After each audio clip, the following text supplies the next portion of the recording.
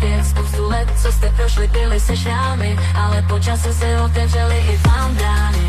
Lásku to neoslavilo, vždy tu pro vás něco bylo. Měli jste opravdu plnou šancí vyhnout se tomu dlouhému tanci, ale za chvíli vás to čeká. My budem koukat, jak někdo se vyseká. Měli jste plné ruce, fakturace, častokrát buzeráce, za ty vyvěšené dekorace, společné vibrace, bylo na čase. Společné vibrace, už bylo na čase. Tady Petruška nás